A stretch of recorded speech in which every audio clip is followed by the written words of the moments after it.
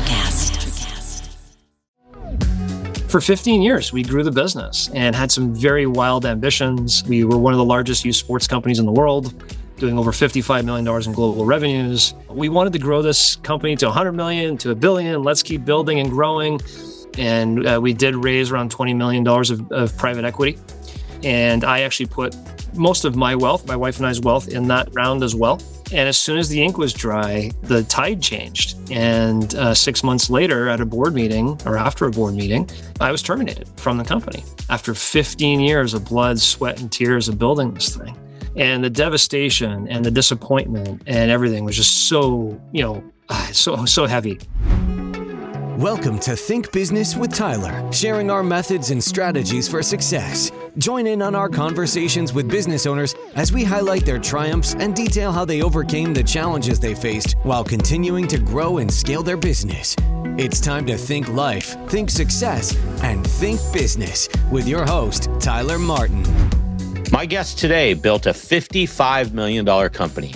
He raised $20 million to scale it even bigger, and then got fired 6 months later. He lost control, he lost equity, and he had to pick himself up off the floor. But instead of quitting, he rebuilt, and this time he scaled to $100 million the smart way. We're talking about growing without losing your soul, the trap of chasing revenue too fast, and why patient ambition might be the mindset shift you need right now.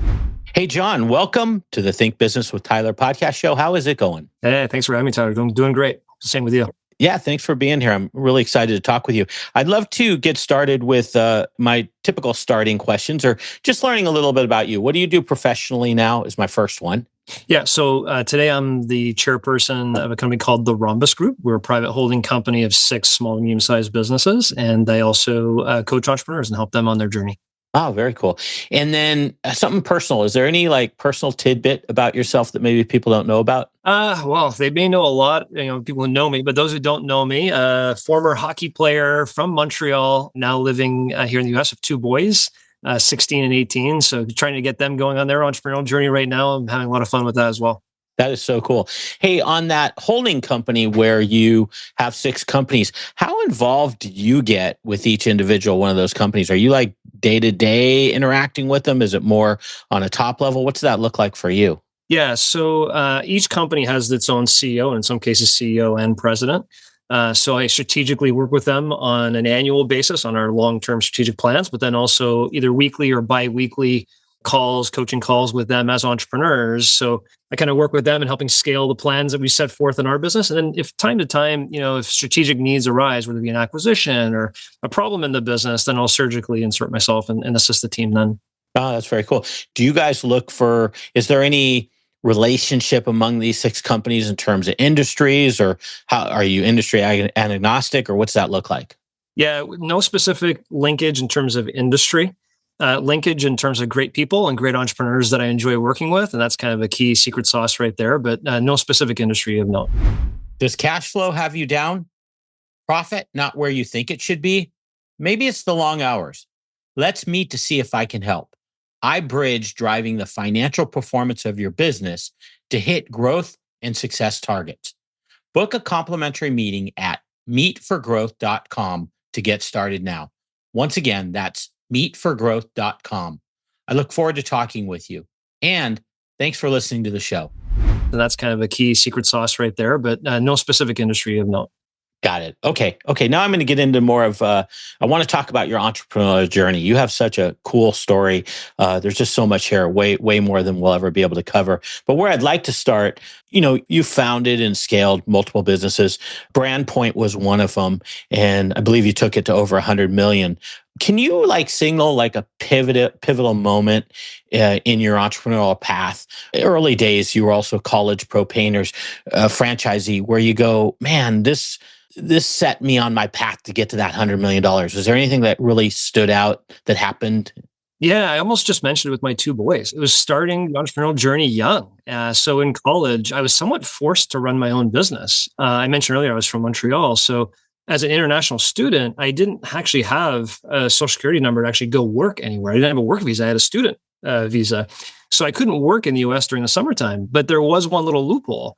You can actually own a limited liability company in the United States and not be a citizen. And so I started my own painting company with College Pro painters.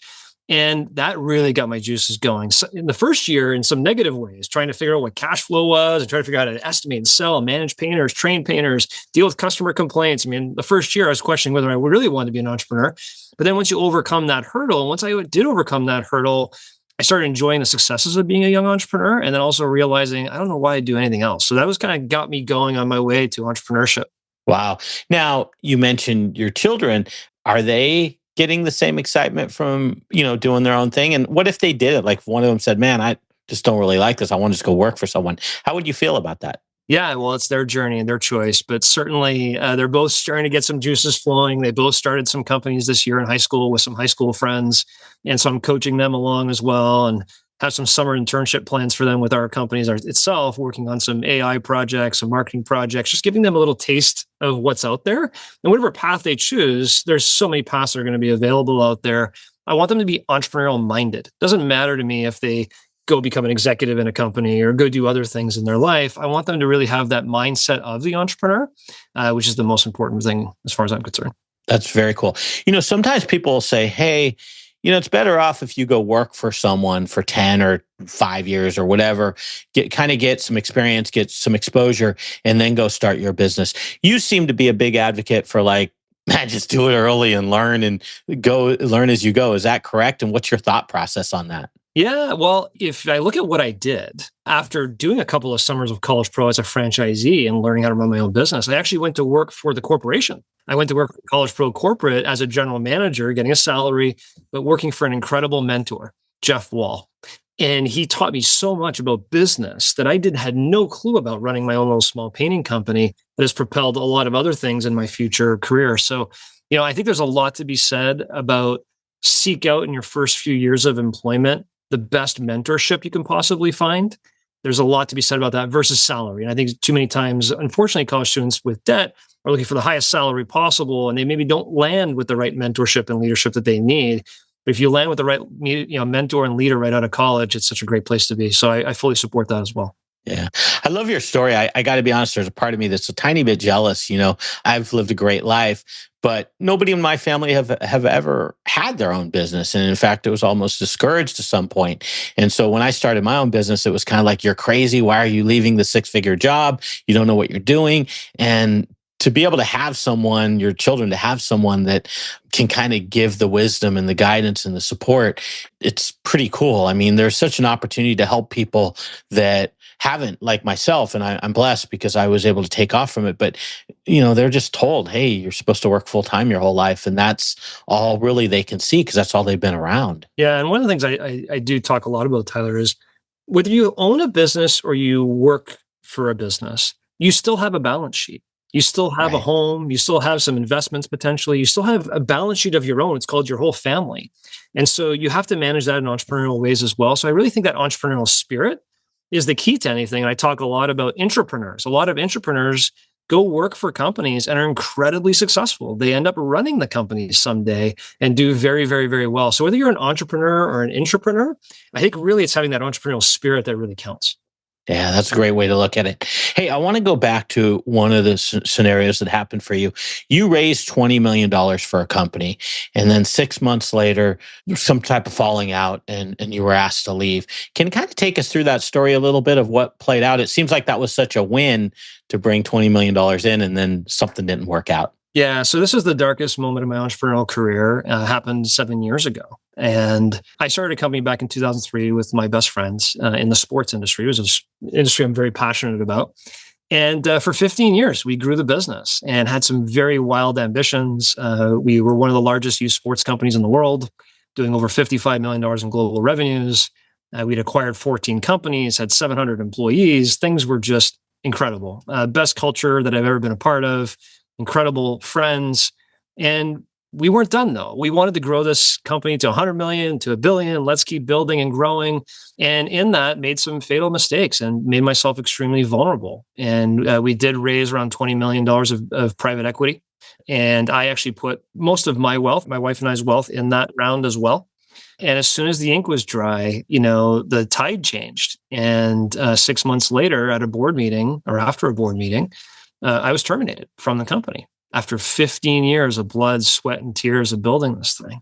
And the devastation and the disappointment and everything was just so, so heavy. And I quickly learned in introspection and thinking through, if I want to feel better, blame others, but if I want to get better, look at myself and figure out what I did. And I made some catastrophic mistakes in growing this company. We could talk about it a little bit if you're interested in hearing more about it, but I put myself in that vulnerable position to lose my business. No one did it to me. I did it to myself. And I vowed to myself to crystallize those learnings and never let them happen again. I took those learnings, applied them to BrandPoint, which is a construction company, and successfully grew that company to north of $100 million the right way. Right. If you don't mind, two things. One, you mentioned the tide changed.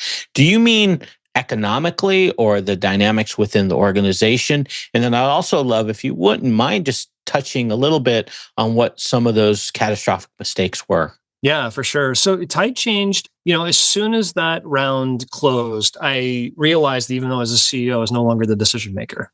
Okay. And decisions had already been pre-made prior to the round closing of different things that wanted to be done without my consultation. And here's how we're going to run this. It was almost like, okay, let's get the kid out. The adults are going to come in and run the show here. Right. And that tide changed immediately, getting questioned on everything we had done years prior and what we planned on doing and strategy. And the private equity firm started leaning towards somebody I'd hired to help us run the capital versus me for their source of truth and trust. So the trust was getting broken. And there's a lot of things that happened where I just felt this target on my back the whole time going, what just happened? I thought we were growing this company at 100 million. Let's go. So the excitement just quickly dissipated. And in terms of things that I did, that put me in that vulnerable position, I talk a lot about them in my book, The $100 Million Journey, which is the guide to growing your business of the dreams without falling off the cliff. And, I'll run through the principles real quick and we can talk about them later. But, principle one, what I learned is protect your equity at all costs. It's everything. It's how you build value in your business and it's everything. Well, in that business, I went from owning, 33% to when I got fired, I owned less than 8%. So that's one indication. Now, principle number two, build your own capital for growth. Stop going to banks and financiers and investors to fund your growth. Build your own capital and net operating cash flow to grow and scale your business the right way. 3, reinvest smartly. I was that entrepreneur with a shiny object. Oh, let's do this, let's do this, let's do that. And I was using our profits and our cash flow on ventures that were losing money and then sucking our cash flow dry, which made me go back to banks and investors, which gave up my equity, right? Principle 4, build a culture of entrepreneurship, build a team around you that can help grow and build your company. Principle number 5, protect the house, protect everything you're doing. Are you doing vulnerability assessments? I put myself in some very vulnerable positions through that period. And principle 6 and 7 probably had nothing to do with that particular event, but principle 6 is access owner's liquidity that's stuck on your balance sheet. I had never gotten a penny out of that company. So for 15 years, I grew it and grew it and grew it. Some years I am paying myself to lose everything, including the money I put into it. And then principle 7 is move from CEO to chairperson so you can strategically work on your business versus running around inside your business. So those are the principles. Many of those early ones, the first 4 or so, really applied to that failure. Yeah, wow. It sounds like you're taking a very humble and nice standpoint to this, but I'm reading a little bit between the lines. And it also sounds like there was kind of a power struggle that maybe happened or whatever after the capital showed up. And, like you said, those 7 principles maybe didn't insulate yourself as well as you could have for a situation like that. As part of it is what, am I fair in what I'm saying, at least reasonably close? Yeah, I don't think you're unfair. I think when you grow your business, you're either going to put yourself in a vulnerable position or in a position of strength. I put myself in a vulnerable position, which is the things I'm talking about there. Yeah. Did I feel sideswiped by the person I hired who helped me bring on the equity that then became the CEO and took my job? Yeah, I do feel that was a little dirty pool going on, but I put myself in that position. I was the one who wanted to go raise capital. I was the one that wanted to go to $100 million too quick. My wife was even telling me, "Are you sure you want to go this quick? Are you sure you want to bring on this capital? Are you sure it's right move?" I was like, "Yeah, let's go. I want to build this business." Not realizing what was laying ahead for me. And so, yeah, very positive outlook on it now. It all worked out in the end. I learned incredible, valuable lessons that helped me propel my other business the right way. But during the time, it was really, really tough time. I'm not going to lie. I took Yeah, I a could year imagine. of, picking myself up off the pavement and going, what just happened? Yeah. A lot of introspection, a lot of life lessons, a lot of thinking about where I'm trying to go in this thing called life, let alone business. All that starts, happening when you experience a big failure. But if it doesn't kill you, right, as they say, it makes you stronger, and that's what happened in this case as well. Yeah. Well, let's go over to the positive side of things. So from that, you then go on to Brandpoint and you build that from 15 million to over 100 million, like you mentioned, or around 100 million. And you did it the right way. You even mentioned it just now the right way. What are like three things, and maybe it's from that list of seven, but what are the most significant differences in how you approach scaling Brandpoint compared to legacy? Yeah. So in the first instance, I did start Brandpoint in 2003. So I'd started that company, in 2003. But as I was growing the sports company, I left that company to go focus on the sports company, but still held my equity over here. But I was initial 25% equity ownership of this home improvement, or not home improvement, commercial facilities maintenance type of company. Well, over time, I actually bought more equity in that business. And so, as I sit here today, I'm a majority owner of the company. I didn't go the down way. I didn't go from 33% of equity down to 8% in the sports business. I went from 25% to now a majority interest in the business. So I acquired equity over time because I believed in what I was doing. And I believed that equity was the most important thing. So that was key number one. Protect your equity at all costs. And I did so even though I wasn't working there anymore. I still protected my equity and my interest in that particular business. The second part of that was you got to build your own cash flow for growth. We had never raised capital at Brandpoint Services. We are basically debt free except for some line of credit stuff. Our balance sheet is rock solid. I learned through this whole cash flow situation. I don't know if you read the book Scaling Up by Vern Harnish. Oh, yeah. So the gentleman who wrote Vern Harnish was very nice to provide a review on my book, which I really appreciated. But the guy who wrote the cash section of Scaling Up was a guy named Alan Milts from Australia, a CPA just like yourself. And I consulted with him after this big failure. I said, what just happened here? How did this all go down? And we were looking at it. And I really learned that you have to generate your own cash flow for growth. And there's something, I don't know if you've heard of it, called the self-financeable growth rate that it really got stuck in my head, which is, Yeah. Based on your cash flow, it will tell you how fast you can afford to grow without outside money. And in the sports company, our company can maybe afford to grow 20% because we're doing pretty well, but I was trying to grow 100% a year. Mhm. Well, where does that money come from? You're trying to grow 100%. You can only afford 20%. That 80% has to come from somewhere. So I was leveraging the balance sheet with debt. Had so much down the balance sheet. Oh, let's get some investors to delever the balance sheet. We bring on investors to delever the balance sheet. My equity goes down. And so that circus, right? That circular reference just kept happening over and over again because I was trying to grow too quick. I was trying to grow faster than my company could really afford to grow. With Brandpoint, we grew at the right pace, steadily, got that hockey stick pickup through an acquisition, still owned the majority of the business, paid off the debt, and built it the right way. So I think that's the big thing. And I'll say one last piece, which is sticking with your core business. In the sports business, we had a really strong core business, and I was diversifying us in other business lines that I thought were complementary to ones we were, that were sucking up all of our cash and profits. And if I hadn't done that and just stayed the course, maybe we didn't have to raise as much equity. Maybe we could have kept control of the business. Maybe I could have bought more equity in the business. But instead, I chased the shiny object, which is something we all do as entrepreneurs way too often. Right. And that's what I wanted to touch on. So that's how we're wired a lot of times. Like we're visionaries. If you go over to the EOS, you got the visionary, you got the integrator. And I'm going to assume you're wired like a typical visionary. You're thinking of a lot of things. How do you get the self-control? Couple things, actually. One, self-control not to chase the shiny object. And it seems like you probably get the adrenaline rush, the excitement of the growth. And that's probably why you were going out and getting the debt and trying to grow so fast. How have you been able to manage that within yourself? Is it mentors or is there anything? How are you doing that? Yeah, great question. I always glamorized large business. It's funny. I ask people, what do you think the $100 million journey is about? And like, oh, growing a business to 100 million. It's like, no, I could have owned 100% of a $10 million business and done a lot better than owning 8% of 100, right? And so, right. It's all in the numbers. It's all a view of growing your business the right way in full control and having a long perspective. I was trying to grow way too quick and I don't even know why. What was I in a rush for? Grow the business the right way in the right time, knowing exactly what you're trying to do in your life and kind of match that all together. So for me, that was a pretty big gap where I was in a rush. I was chasing shiny objects. I was all over the place. Now I'm the anti-chasing shiny object person. Even though I do have some visionary parts of me, I learned the hard way that it's extremely dangerous to take a profitable business that you have, and instead of just scaling that in the right channel, you start diversifying your attention, your cash, your everything else, and other focuses.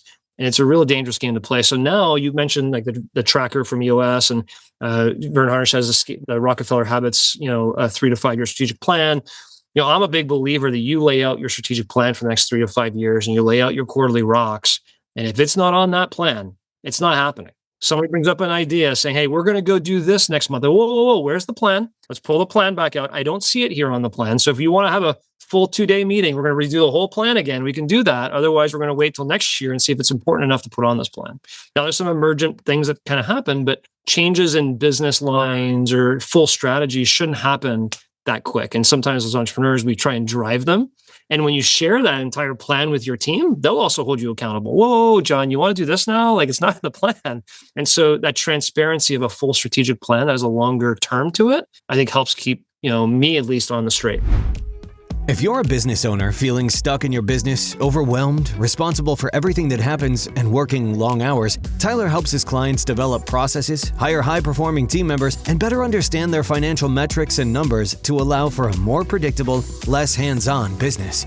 To schedule a free, no-pressure consultation, head to thinktyler.com and click the meeting button. Tyler would love to see if he can help you work on your business, not in your business. Schedule a consultation today at thinktyler.com. Think life, think success, think business. Sergeant and Mr. Smith, you're gonna love this house. Bunk beds in a closet? There's no field manual for finding the right home. But when you do, USAA Homeowners Insurance can help protect it the right way. Restrictions apply. And so that transparency of a full strategic plan that has a longer term to it, I think helps keep, me at least on the straight. Yeah. Do you guys follow the scaling up process? They have a methodology similar to EOS, a little bit different. Is that what you guys use? Yeah. So in all fairness, 5 of our companies use scaling up, and one of them actually just moved to traction this year. Okay. And then do you do from scaling up, do like the daily huddle thing to your systems? That's one of their big things is the daily huddle. What's your thoughts around that? So in the independent businesses, there are a couple that actually, maybe not a daily huddle, but they'll do the weekly huddle and meeting flow. Okay. But being remote right now, I don't have any remote businesses that are doing the daily huddle. Okay. Yeah. Interesting. They're both great methodologies. It's just whichever flavor you prefer. Wanted to talk about cash flow.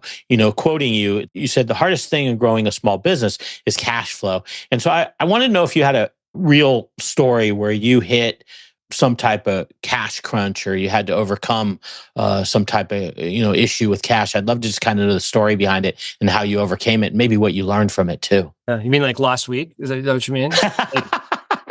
Who isn't running it? If you're not having cash flow problems, maybe you're not growing fast enough too. But I guess the funny part of this time is I thought once you build a company of 100 million, all that's going to go away. No. It actually gets more complicated and bigger problems, right? Somebody doesn't send you the $1 million check they owe you or whatever. Like you have the same payroll questions. So the problem never, ever, ever goes away as an entrepreneur. It never goes away. And the problems over the years, Tyler, oh my gosh, where do I start? I talk about in the book, we got caught by wire fraud one year. And my controller accidentally sent $250,000 to Beijing on an email that looked like it was from me, but it wasn't from me. We've had situations where customers go in bad debt, and there's another $200,000 of bad debt. And how are we going to make payroll this week? I've seen the gamut. And if I'm preaching to the choir here to you, but way too many of us entrepreneurs, and I grew up with a finance background, just like yourself, got a degree in accounting. Right. But I always prioritized sales and marketing and operations over finance and financial controls. And oh my goodness, I saw a report from DOGE last week, the Department of Government Efficiency. Yeah, is a Twitter post or something that said, we have 38,000 ServiceNow licenses and only 50 people are using them. We got 1,200 Adobe licenses and no one's using them. I actually went into my own company last year, pulled the entire GL of the company, and I was like, oh my goodness, like we literally had almost the exact same situation where we had these licenses of software we bought 3 years ago that no one's using anymore. And we have this, and we have that. where are the financial controls in your business? And when you think you have them all set in, you should bring in an expert like yourself or somebody else to really overlook everything to see, are you generating the right cash flow needed for the 13-week cycle that you have? I mean, as you know, way too many businesses don't have a 13-week rolling cash flow, let alone monthly closes that are tight and accurate and all those different things that count really when it matters. And so I think knowing your numbers rock cold, just like you know your sales numbers, Right. is probably the biggest tip I have for entrepreneurs that really has taught me a big lesson. Yeah, that's a huge one. On that comment about Doge, I also read, I think there's something like debit cards or purchasing cards. There's something like, hey, we've got 40,000 purchasing cards out there. I'm making up the number with $10,000 limits. Yet we only have, 200 people that should be having them or something like that. I mean, Tyler, when your company grows, sometimes you just lose a little control of the controls.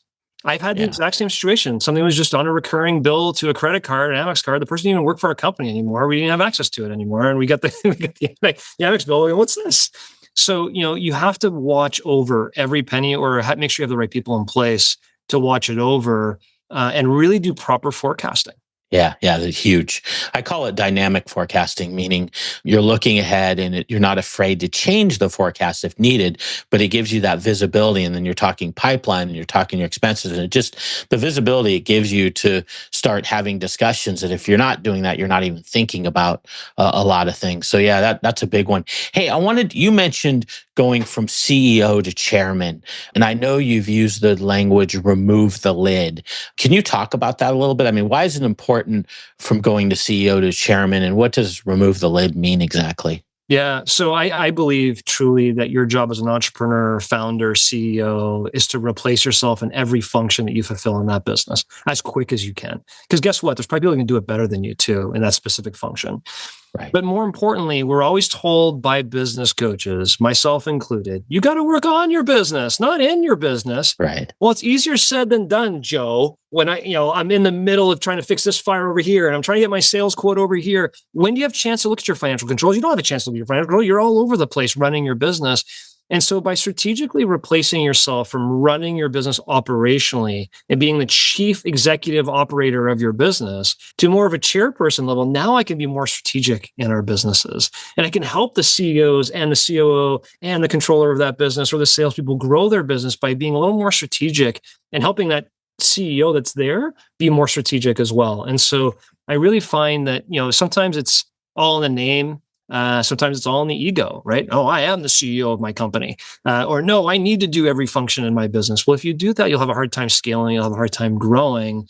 And if you can replace yourself in every single role of your business, so you can strategically look outward from a visionary perspective and see how you can take your business next 5 to 10 years, that's when you start dabbling in AI. That's when you start dabbling in different efficiencies. That's when you start talking to people like yourself and learning more about business, how you can scale. So you need that time. Otherwise, the tail's wagging the dog a little bit and you work for the business, not the other way around. Yeah. I was talking to a guest on the show. It's about a month ago, and she was going from CEO to chairman role. And frankly, she was nervous about it. She was kind of like, hey, I don't know like what I'm going to actually be doing here. It feels like I'm going to be out of the day-to-day too much. She's just very transparent about it. And it was nerve-wracking to her. Is that is that the way you felt, or did you embrace it pretty much and you realized it would put you in a better position to think strategically? How was that transformation for you? Yeah, it's really interesting. I didn't have to deal with that specific transformation because if we go back to my earlier story, I was focused on the sports business, but I still had an equity investment over here in this business that had its CEO running it. Well, when I got fired from the sports company, I said, well, I'm going to, go now put more interest into this business because I have time and I wanted to partner with that CEO. So I automatically was the chairperson on day one. And then as we acquired and or incubated the other companies that we have today, I was looking for great entrepreneurs that had passion in their businesses to lead and coach them and build the businesses with them. So it was more of a natural fit for me. If you go back to the sports business, I never really saw myself being the chairperson. I wanted to run the business. I wanted to be the CEO of the business. So my perspective had to change. Got it. Okay. And then you've used the term, I'm just kind of switching gears here again, patient ambition. What does that mean to you? Yeah. Well, that's the title of my next book. I could tell you that. And I'll tell you why. Because I was asked by several people like yourself, post writing my book, post hearing about my experiences, what was the biggest learning you've had? Just boil it down to one thing. What was the Yeah. biggest learning you had through this entire experience? And I'd say patient ambition. I lacked patience. I had ambition, but I lacked patience. I wanted to do it way too quick. Now I have a 30-year life plan. 30 years, I'm 50. I have a 30-year life plan. I know where I want to be in 30 years. And I think it was Bill Gates who said, you overestimate what you can do in 1 year. You underestimate how much you can do in 10. Well, you certainly underestimate how much you can do in 20. You certainly underestimate how much you can do in 30. I have a much longer horizon to control my own destiny today. So where's where the patience comes in, but you still need the ambition to drive, to learn, to grow, to build. You still need to have that as well, because if you have patience and no ambition, that's not a path you necessarily want to follow as an entrepreneur or a business leader. And if you have ambition and you lack patience, that's when you run off the cliff like I did, unfortunately. So patient ambition. Love it. I love that term. Okay, I got 2 questions and then we'll wrap up. One is, in terms of your 7 principles, there's people out in the audience listening to you right now, have various different types of challenges or issues, I'm sure. But if you had to pull one of those principles and say, hey, this is the one that's probably most applicable to most small businesses, and this is the one you should start with first, is there one that stands out? Yeah. I'm going to combine 2 of them because I spoke about one a little bit earlier enough, which was build your own capital for growth. That is absolutely the number one, most critical one. If you build your own capital for growth, you don't have to dilute any of your equity. You can reinvest the right way. It's kind of like the centerpiece of everything. And it really deals in finance. And I think that's a lot of areas where entrepreneurs really, really struggle, is seeing how they can scale their business the right way. They may know how to close their books and get their P&L, but they don't know how to scale, which I know you work with entrepreneurs a lot on, is how do you financially get a view to scale this thing? Right. Starts by building your own net operating cash flow for growth. But I'll combine it with principle number 5, which is you got to protect the house. And way too many of us entrepreneurs, again, we're running way too quick. When was the last time we've done a vulnerability assessment on our business? We've looked at all the different gaps. Being an entrepreneur is like a game of whack-a-mole. You hit 4, 5, 6 down, 7, 8, 9 pop up. Anytime you think you got it all covered, just look over your shoulder. Something's coming, right? And so you have to be really, really diligent. And we don't really look over all those risk areas enough until something happens. And so that risk mitigation, protecting what you're building as you're growing, is critically important, because someday you may build a really, really nice business for yourself. It may have a lot of value and equity in it. You just don't want to lose it because you didn't take the time to really do vulnerability assessment on your business. Yeah. And when you say vulnerability assessment, do you mean like a SWOT analysis where you're talking about your strengths, your weaknesses, your opportunities and threats? Or is this something a little bit different? Yeah. So I don't know what your experience is, but when I sit down to entrepreneurs in the $1 to $20 million revenue range, right, and I say, okay, this is great. Let's start sitting down. Can I see your operating agreement? I don't know why you're laughing, but it's probably because why I'm laughing, right? Because of the quiet. It's like, yeah, we're about to work on that. Oh, okay. Let me see your buy-sell agreement. Oh, what? What's that? Oh, okay, guys. Can I see your insurance doc? I just want to make sure we have the right. When was the last time you guys reviewed these to make sure you have everything done? Okay. Do you guys have employment agreements or non-solicitation agreements with employees? Maybe. I'm not really sure. And so you start looking through this laundry list of things. Like I got a checklist in the book that I talk about. Like, just ask yourself these questions. And even sometimes with my own companies, like, oh my gosh, we got to go back to getting this done again, because they never stop. The vulnerabilities just continue and continue and continue as you grow your business. And there's something called the growth paradox. I'm sure you know. As you grow, you have to hire more people. As you hire more people, you have more risks. As it's just it never stops. So always continually assessing where you're at and how to close those doors, if you will, is really, really wise. Because for most entrepreneurs, the biggest value they have, the biggest equity or wealth they have is not their homes, it's their business. Does cash flow have you down? Profit not where you think it should be? Maybe it's the long hours. Let's meet to see if I can help. I bridge driving the financial performance of your business to hit growth and success targets. Book a complimentary meeting at meetforgrowth.com to get started now. Once again, that's meetforgrowth.com. I look forward to talking with you. And thanks for listening to the show. For most entrepreneurs, the biggest value they have, the biggest equity or wealth they have is not their homes, it's their business. Yeah, that's good stuff. Okay, hey, this is where I want to wrap up. I'd love to finish with, and you've given us a lot, so hopefully I'm not getting too greedy here, but do you have maybe like 1 to 3 tips, practical tips that the audience could apply to whether it be their business life or their personal life, just from your own experiences? Yeah, here's a big one. I never had a life plan. And similar to the operating agreement argument we just made, when I sit down with entrepreneurs, I say, can I see your life plan? They don't have a life plan. They maybe have thoughts in their head of the dreams and goals, but they don't have it written down on paper, nor did I. And so I didn't have a life plan, but every year we'd sit down as a company and put our strategic business plan together. So I had a strategic business plan that was not aligned to anything on the opposite side. There was no checks and balances, to put it in accounting terms, right? And so now I have a 30-year life plan, and all of my businesses have a strategic business plan, and they align. I'm not going to do anything in my businesses that doesn't align to what I am trying to achieve in my life. And way too often, we just start going down this road of building a business. Well, if you start going down anywhere, any path will do. But if you know exactly what you're trying to achieve in your life, and you have a written down 30-year life plan of things you want to achieve, and you put it down to 10 years and to 5 years. Okay, and the next year, here's what I'm going to do. I have a quarterly goals for myself as an individual, let alone my businesses. And when those pieces align, then you start cooking. Then things start happening. And when they happen in alignment with what you're trying to achieve in your life versus letting the tail wag the dog. Yeah, that's good stuff. That's a great one. That's powerful. Do you, in terms of that life plan, is that something you followed from a book, a coach, anyone? Like where did you get that groundwork to do one of those? A mixture of a bunch of things. But at the end of the day, it's really comes from the one thing, right? Gary Keller's one. Yep. The book, yeah. What's the one thing I'm trying to achieve in the next 30 years in my life?